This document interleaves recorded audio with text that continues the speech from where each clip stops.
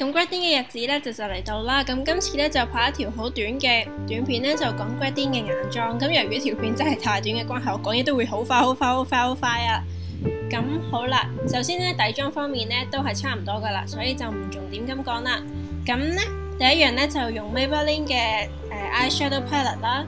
咁首先咧就會攞到呢一個最淺色嘅啡色，就搽喺呢個眼皮上面。咁好簡單。用翻佢原本嗰隻掃啦，就攞最淺色嗰隻啡色，毫無技巧咁樣咧，就將佢搽晒你成個嘅眼皮。咁一個小貼士咧就係啦，你記得搽之前咧要捽翻好眼皮上面嘅粉底液喎。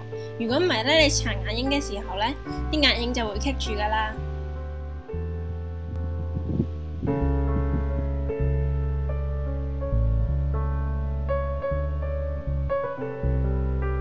然之後咧就攞新一隻嘅啡色，同一盒入邊嘅攞翻佢個掃啦，將新一隻嘅啡色就放喺眼影嘅後邊，做一個漸面嘅效果。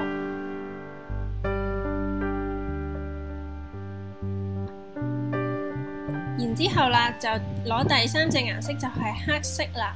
咁呢一隻黑色咧搽埋上去咧，咁你個眼影就會有3個層次嘅感覺噶啦。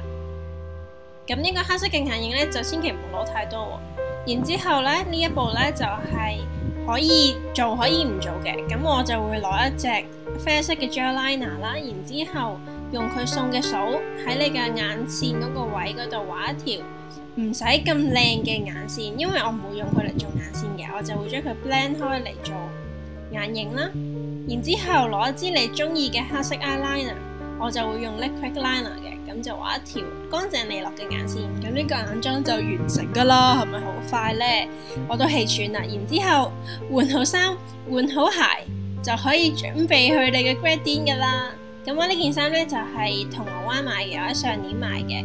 咁入邊呢，佢係一個褲嚟嘅。